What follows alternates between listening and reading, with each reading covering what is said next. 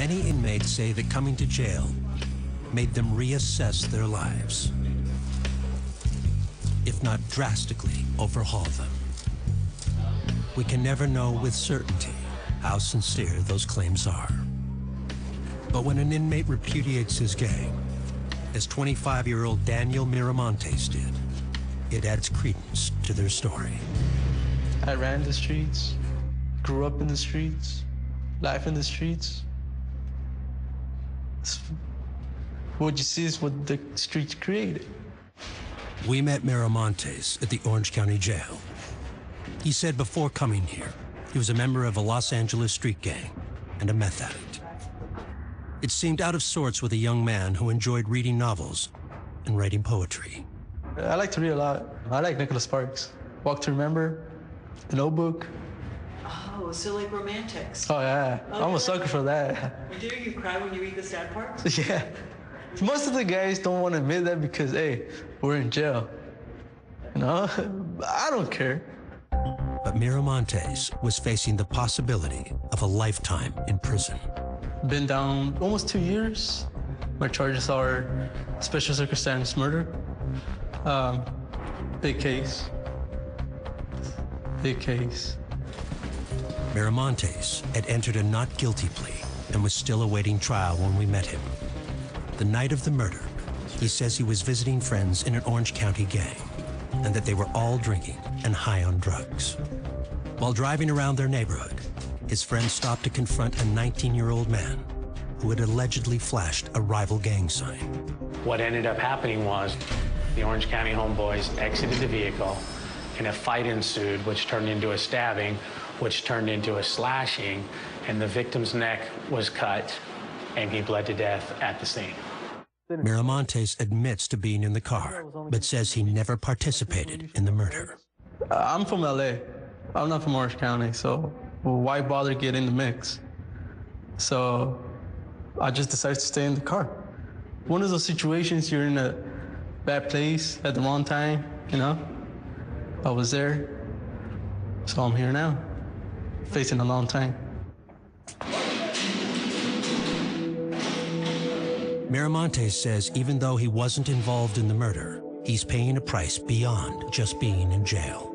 There's nightmares, sweating, tossing and turning, hearing the kid scream, falling. Just plays in my head sometimes. Later on, we find out that the little kid wasn't even a gangbanger. So I feel bad because they actually killed an innocent kid that didn't even gangbang. That haunts me. Though Miramontes maintains his innocence in this case, he admits to past violence with his gang. Well, the things that I did was like little things, you know? Shootouts with the different gang members, but never actually killed no one. I injured them? Yeah. Killed them? No. I'm not a murderer. I'm not a hardcore gangster homie. No. My things were usually on drugs, weapons, money. Easy. I had good grades in elementary, junior high, and high school. I graduated with 3.17. I'm a certified electrician. People used to say, he works, he has a good job. But I started hooking up with different people, older friends, older guys. Serious business. So I was, all right, easy money. I'll do that favor for you, and you know, let's go. What was the easy business? Delivering here, there, meth. They used me to do all these runs. Was I getting paid good money? Yeah. Was it worth it? Not really. But that's one thing that I thank God for being locked up, is because being in the street, when I was in the street, oh man, that was bad. I would have been probably dead within a month, a week, a year, the way I was going. I really didn't care what I was doing. Hanging out in the streets all day.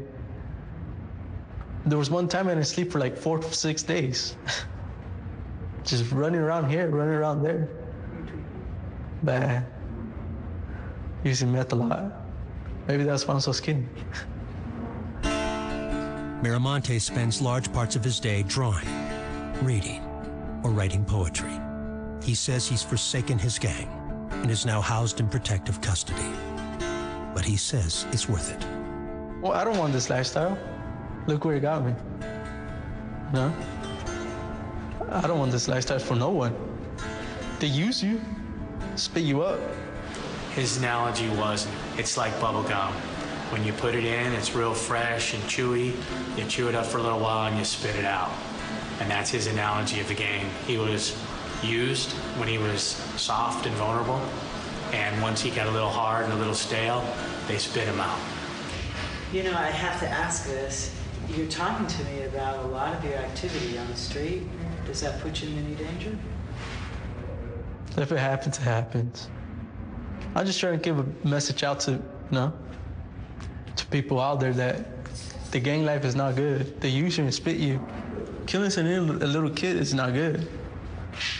You want to kill somebody that took your brother's life? Go ahead and do it. Just don't kill innocent kids that don't gang bang. That's bad. But it's okay to kill another gangbanger. If you kill your brother, if you shot your house. But when does it stop? It doesn't. I guess it keeps going until rather they kill you, you kill them. You get busted for life for killing that guy. Or he gets busted for killing you. It doesn't.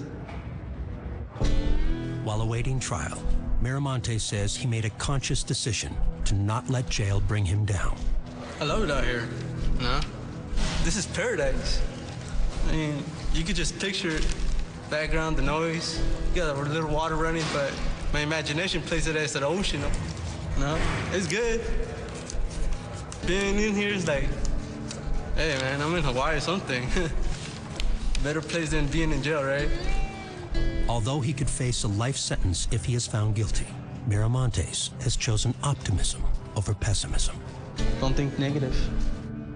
No matter how dark the world gets, just laugh. Just laugh. Laugh when there's nothing else to do. Laugh when the pain gets too much. That's what I do. I live my life by my own philosophy. And in here is, yesterday was a dream, right? But tomorrow's only a vision. So make every yesterday a dream of hope.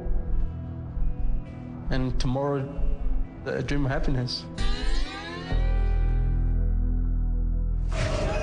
Coming up. Right now, I have 6 staff members. There's 384 inmates in this gym.